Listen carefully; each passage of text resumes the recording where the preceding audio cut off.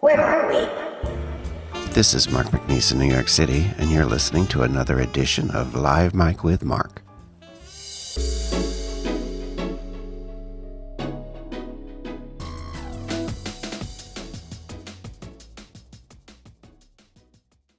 Welcome back to the podcast, everybody. This is Mark, and I had a few weeks off there, took a little break, which is going to lead into what we're talking about tonight. My guest is David Hughes, founder and publisher of retirefabulously.com. Hi, Dave. How are you? I'm doing great, Mark. How are you? I'm doing very well. I'm rested. My husband and I went to Key West last week, which was really, really nice. I love it there, but I would not go again between, say, mid-May and October because it's just hot. I've only been there one other time. It was November, and I thought, wow, this is fabulous. It was in the 70s, and you even might need a sweater at night, but this was hot and humid. So how humid was it when you were there in November? Was that a lot more tolerable as well? It was very dry, and I've always thought Florida was a pretty moist state because we used to go there to visit Frank's late father, and I thought, it's always muggy here. But November in Key West was amazing. I thought, wow, I could just stay here for a month. But last week it was hot and muggy. I mean, it's hot and muggy in New York right now. And New York in the heat and humidity is especially unpleasant. So anyways, go to Key West, anybody. It's a great bohemian environment. It's still pretty gay. I don't mean to go on a tangent here, but AIDS devastated Key West. They have a memorial up to something like 8,000 men who died, and so it's still very gay, but a lot of the community was claimed during the AIDS years.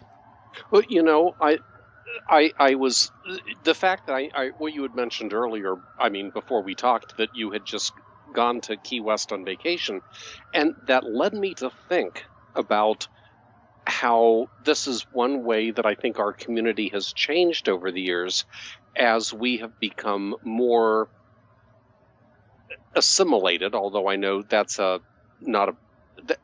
people that word rubs them the wrong way a little bit.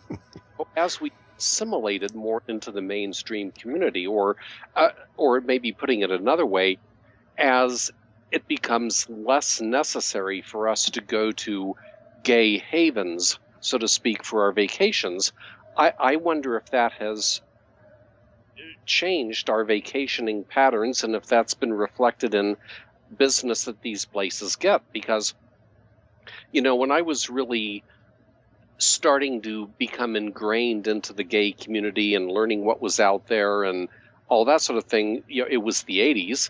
And then you could probably count on two hands or less the number of gay vacation spots that people went to. I mean, up and down the East Coast, there was P-Town, of course, Fire Island outside of New York City, New Hope, Pennsylvania, just outside of Philadelphia, which I know very, very well. Yes, you have your second home near there. Yeah. And Rehoboth Beach, Delaware, for the D.C. and Baltimore crowd, and then Key West. And then on the West Coast, of course, there was Russian River up north of San Francisco, and probably Palm Springs, and I can't really think of any others. And so it just seemed like those were the places where gay people flocked on vacation because they knew that they could be, they could hold hands and they can be with their partners, and people wouldn't really bat an eye. In fact, they'd probably be the majority rather than the minority for a change. And I think that has changed. I mean, part of it is it just we can go more places and be accepted. And I think the other thing over the past 20 years or so has been the emergence of gay vacation companies like Atlantis and RSVP for the men, Olivia for the women. And I think those have also sort of replaced some of these key vacation spots. I mean, what are your opinions? Well, I agree with you. I think it's a reflection of the broader trend in in the culture and in I want to say migration patterns, I guess, because the same thing is very true of neighborhoods. The gay ghettos aren't what they used to be because we are everywhere, and now, especially with marriage and a lot of same-sex couples having children and all of this stuff, you can live your life out in Des Moines. You don't have to move to Chelsea or the Castro, and so those neighborhoods are definitely not the epicenter of gay life that they were 20 years ago or 30 years ago. And I think it's probably the same thing with vacationing, because we can go anywhere. Now, there are certainly still enclaves. We're going for the 4th of July. There's this place called Rainbow Mountain that I always rave about. It's in the Poconos, and I love it. It's old. It's really old. It's not a modern amenity, and they tell you that. But it's 25 acres or so, and it's a lodge, and they've got cabins. And that's always been LGBT. Now, anybody can go there, of course. But that's one of those places that remains where we can go and just be surrounded by especially older LGBT people, because it tends to draw an older crowd. But by and large, I agree with you. I think we're just much more comfortable going wherever we want to go now. Right. And it's funny, I'd never heard of Rainbow Mountain before, but of course I've never been up to. You said that was in upstate New York? The Poconos. It's about 90 minutes or less from New York City. Mm-hmm. Yeah, I'd actually never been there or heard of it for that matter. But my husband Jeff and I took a vacation about 2 months ago up to the wine country area up north of San Francisco, Sonoma County and Napa and all that sort of thing. And one day we drove through Guerneville, which was sort of the epicenter of the gay resorts and the gay bed and breakfast and that sort of thing. And we looked it was still like a charming little town and everything, but we hardly saw any. If you didn't tell somebody that it was a gay vacation spot, we never would have guessed by what we saw. And I don't know if that's declined in popularity or it's mainstreamed or whatever it is, but it just doesn't seem like we ever hear about that much anymore.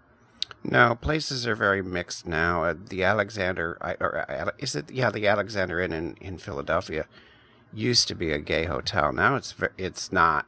But it's still gay operated, and lots of gay people go there. But it's very, very mixed. You see all kinds of people there. Mm-hmm. I think it goes back to what we've been talking about. It's just we live in a world that's not so segregated. Mm-hmm. So here's a question I'd want to ask you. So you went down to Key West. You spent a week there and everything. Would you consider moving there after you retired? No. And why not? The humidity. I hate the humidity. I'm a Nordic, I guess. At least that's what I think.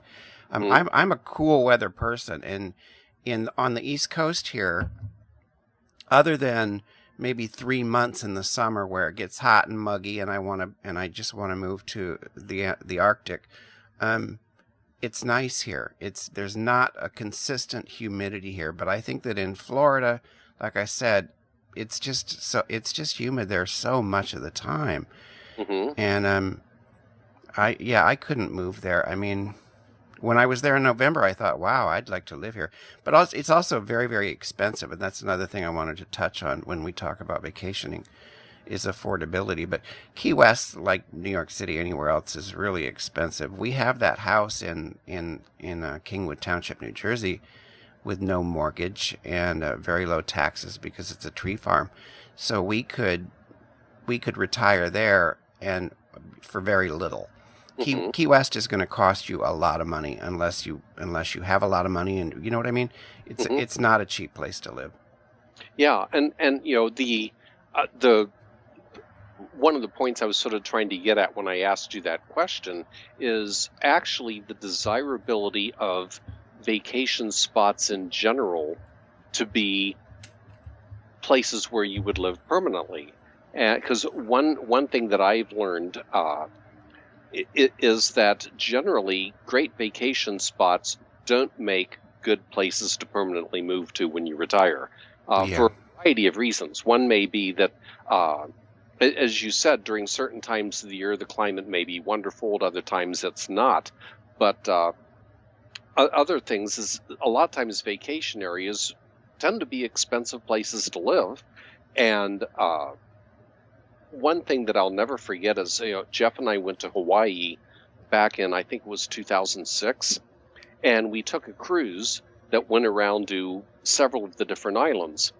And on 2 different islands we visited, the bus drivers said, yeah, people tend to come to Hawaii on vacation, and they love it, and it's beautiful, and the weather's nice, and all this sort of stuff, and they say, oh, I could just live here. And so they move there, and they tend to last about 6 months. Yes. They pick up and move back home. And I've heard that story repeated similarly for other spots and for other reasons, but it's led me to conclude that generally, unless you want to open a business when you retire that caters to vacation community, like a bed and breakfast or a souvenir shop or a tour guide service or something like that, unless that's what you want to do after you retire, then generally vacation spots don't make good places to live. No, they're better left as vacation spots. I have a couple that I'm a friend with, or friends with, one for many, many years. They moved to Hawaii, but they've stayed there. They've lasted 9 years. They're ready to do something else.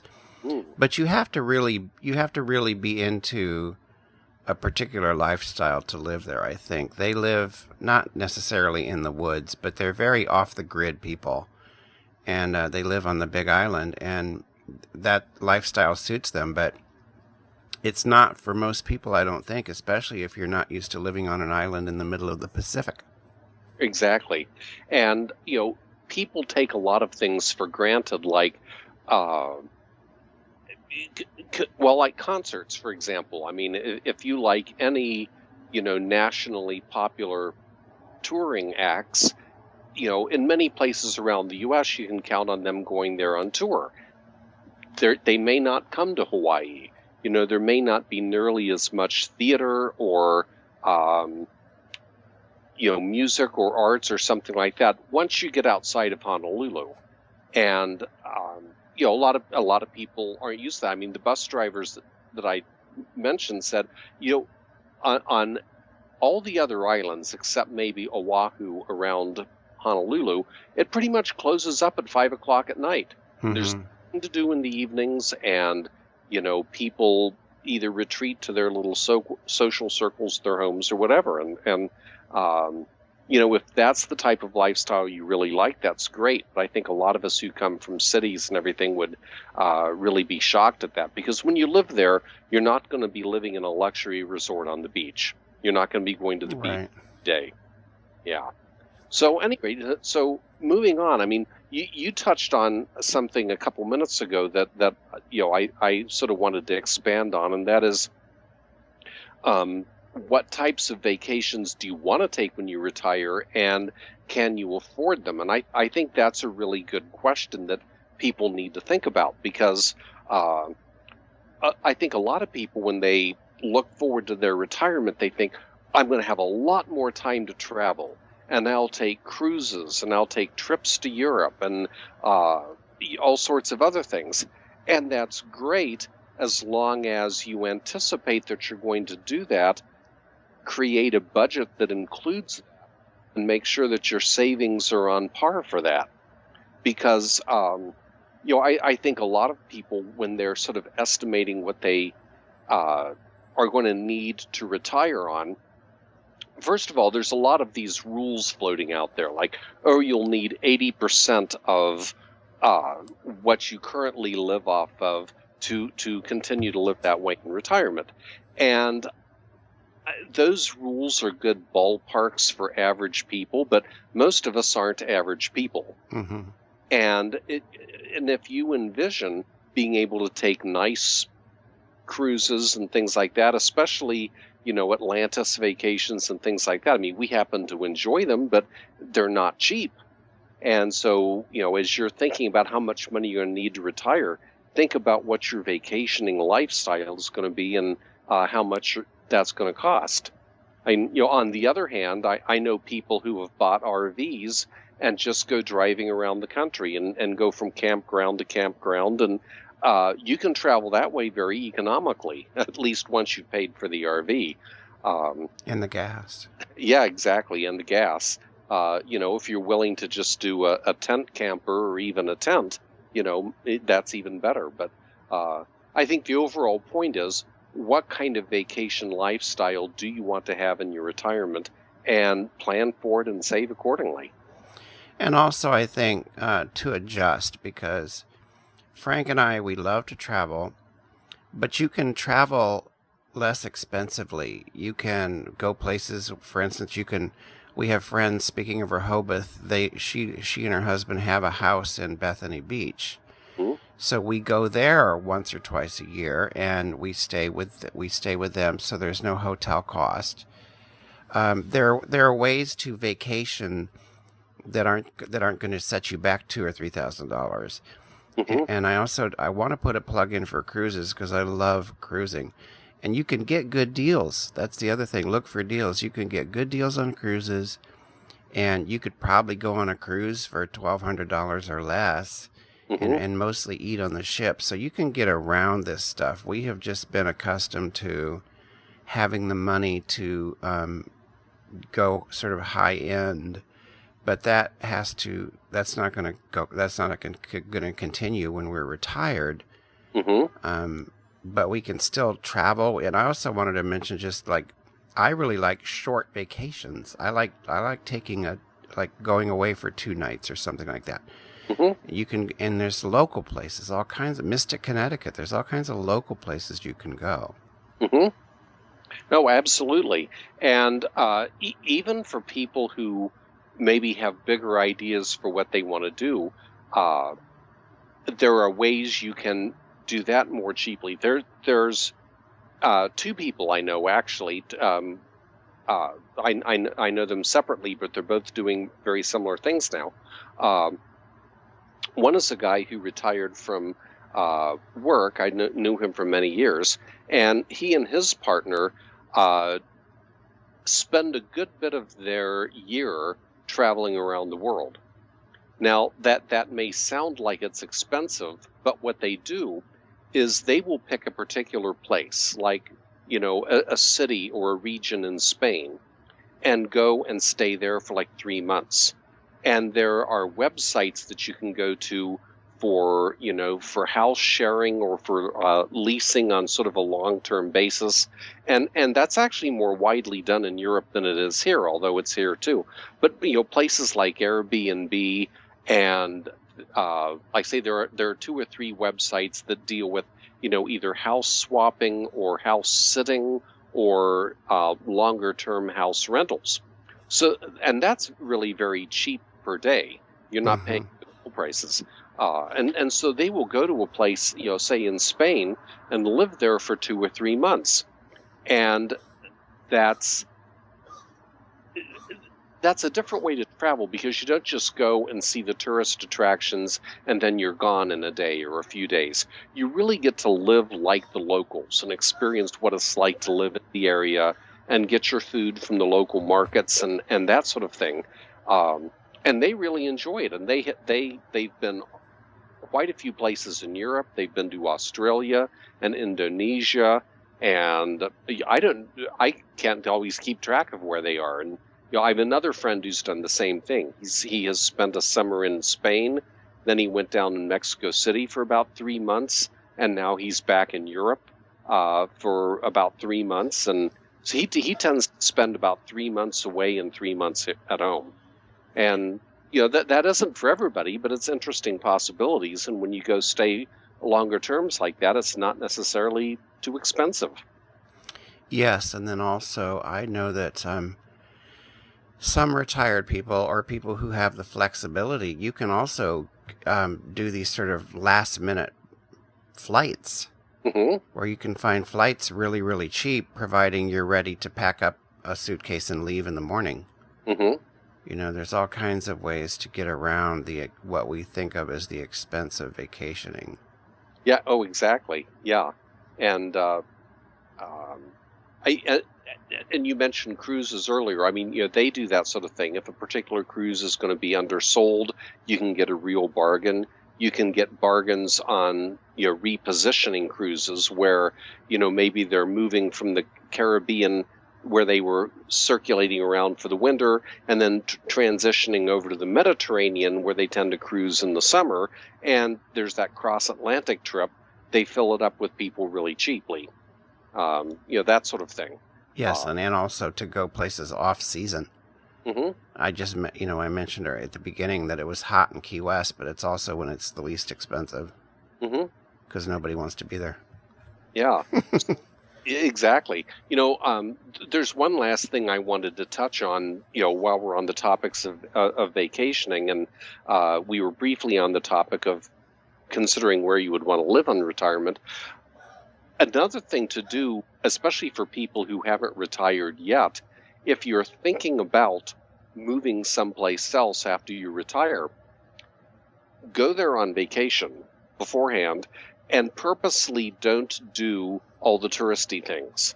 You do things like go shop or see if you can rent an apartment for the week or for 2 weeks or something.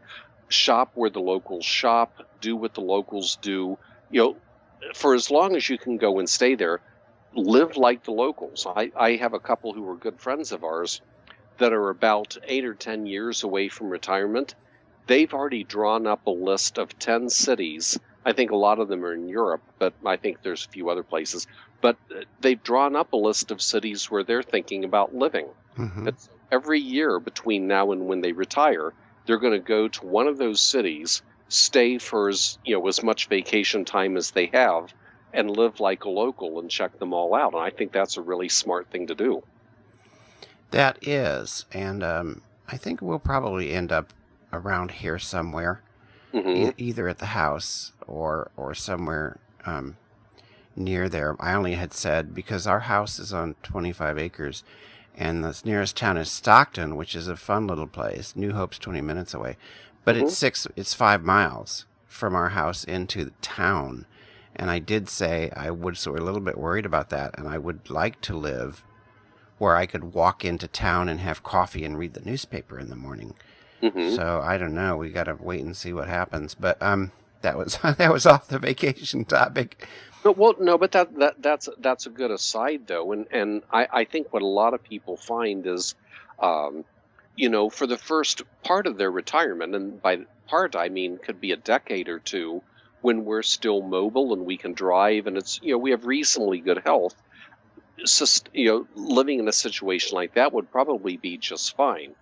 But there's sort of the double whammy of maybe not being able to drive anymore or not being able to drive longer distances, and also having more, because as we get older, we're going to have more doctor's appointments. Yeah.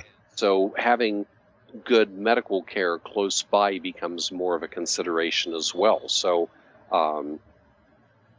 it may very well be that living in that place for the next decade or two is going to be just fine, and then there may be a move into a closer to a city, in your future. Now let's close with something fun. What would be your 2 top vacation spots for you? Oh, that's a great question. One of them, and I've already been there once, and I'm dying to go back, is New Zealand. Wow. It is so beautiful there. The people are so nice. The atmosphere is nice. And you can rent a small little RV. It's essentially a van that's about the size of those shuttle vans you see at airports, to take you out to the rental car place. But you can rent an RV that's about that size and just spend weeks driving all around the country. And I would love to do that. So that would be number one. Number two, well, actually, there's more of Europe I want to see, but a lot more.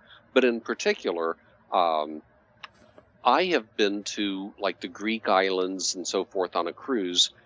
Jeff has not. and I haven't seen Turkey or Istanbul or some of those places. If we saw a really good Eastern Mediterranean cruise itinerary, I'd really love to do that. I like that. Yeah, and how about you? Yes, my turn. I would say any cruise anywhere.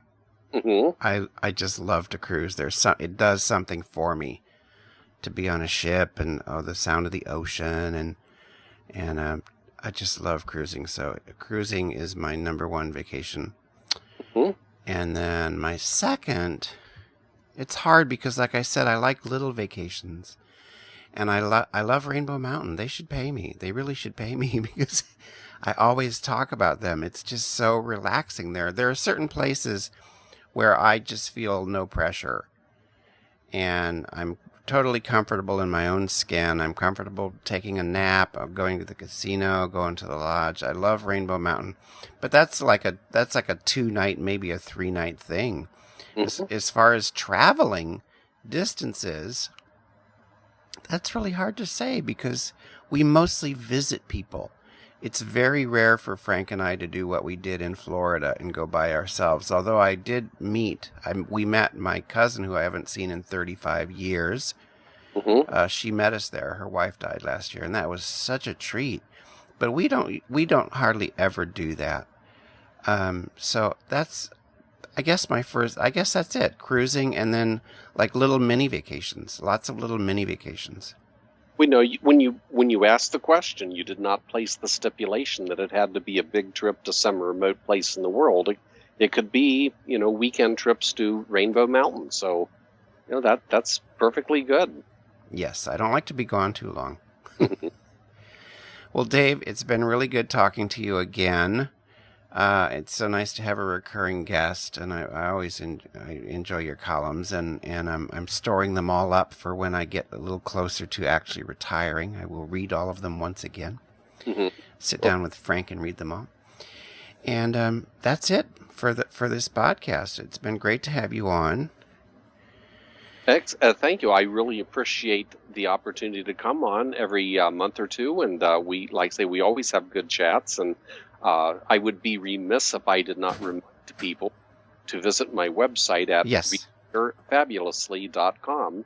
And you probably want to subscribe to the email alerts for any time I post a new article. I don't spam you. I mean, rarely do you get something more than once every week or two from me. So I'm not going to clog your inbox. So visit retirefabulously.com and sign up for the notifications. Yes, I did, and I love getting your columns. So we'll connect again on another podcast in a month or so, and we'll talk to you again then. Excellent. Thank you, Mark. Take care. You too. Bye.